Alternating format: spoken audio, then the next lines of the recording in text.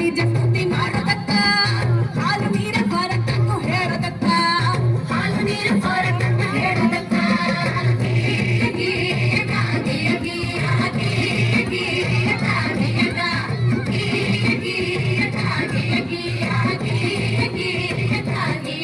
ತಂದು ಹುಟ್ಟಿದರೆ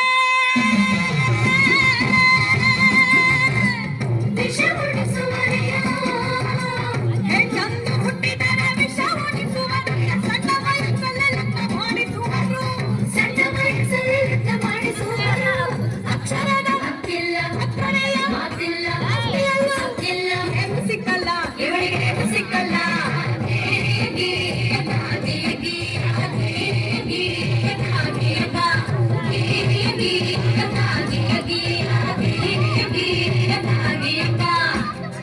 ತಂಗಿ, ಹೆಣ್ಣು ಅನ್ನೋದು ಈ ಸಮಾಜದಲ್ಲಿ ಒಂದು ಜೀವಿಯಾಗಿರ್ಲಿಲ್ಲ.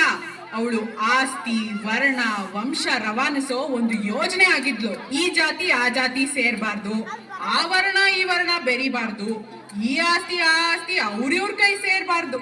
ಹಿಂಗೆಲ್ಲ ಆಗ್ಬಾರ್ದು ಅಂದ್ರೆ ಹೆಣ್ಣಿಗೆ ಯೋಚಿಸೋ ಶಕ್ತಿ ಕೊಡ್ಬಾರ್ದು. ಹಾಗೆ ಅವಳಿಗೆ ಒಪ್ಪಿಗೆ ಇದೆಯೋ ಇಲ್ವೋ, ಅವಳ ಬುದ್ಧಿ ಮತ್ತು ಮೈ ಮಾಗಿದೆಯೋ ಇಲ್ವೋ, ಅವಳಿಗೆ ಜಾತಿಯಲ್ಲೇ ಮದುವೆ ಮಾಡಿಸ್ಬಿಡೋದು. ಹೆಣ್ಣು ಆಸ್ತಿ ತಗೋ ಬರ್ತಾಳೆ. ಹಾಗಾಗಿ ಒಬ್ಬ ಗಂಡಿಗೆ ಹೆಚ್ಚೆಚ್ಚು ಮದುವೆ ಮಾಡಿಸಿದಷ್ಟು ಹೆಚ್ಚೆಚ್ಚು ಆಸ್ತಿ ಬರುತ್ತೆ.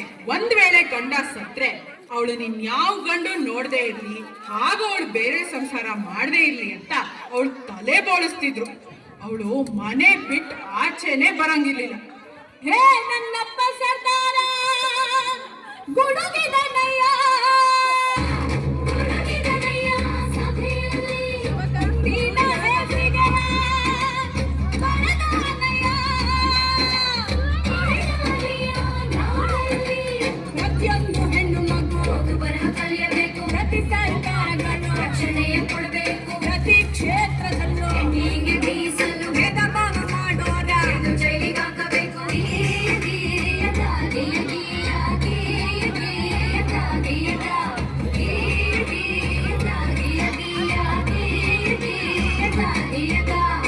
ಅದು ಅಲ್ಲದೆ ನನ್ನ ತಂಗಿ ಕೇಳೆ ಹೊನ್ನ ಮಧುರಂಗಿ, ಪ್ರತಿಯೊಂದು ಕ್ಷೇತ್ರದಲ್ಲೂ ಹೆಣ್ಣಿಗೆ ರಕ್ಷಣೆ ಇರಬೇಕು.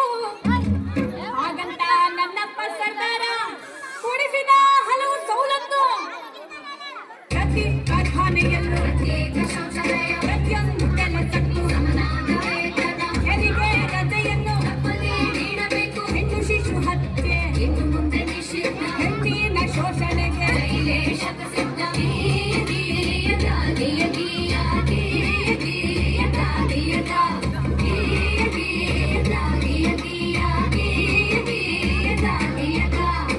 ಹೀಗೆ ಹಲವಾರು ಸವಲತ್ತುಗಳು ಹಾಗೂ ಸ್ವಾತಂತ್ರ್ಯವನ್ನು ನಿಮ್ಮಂತ ಹೆಣ್ಮಕ್ಳು ಅರಿವಿಲ್ಲದೆ ಅನುಭವಿಸುತ್ತಿರುವ ಅನುಕೂಲಗಳನ್ನು ನಮ್ಮಪ್ಪ ಆ ಭಾರತ ಭಾಗ್ಯ ವಿಧಾತಾನೇ ಕೊಡಿಸಿದ್ದು.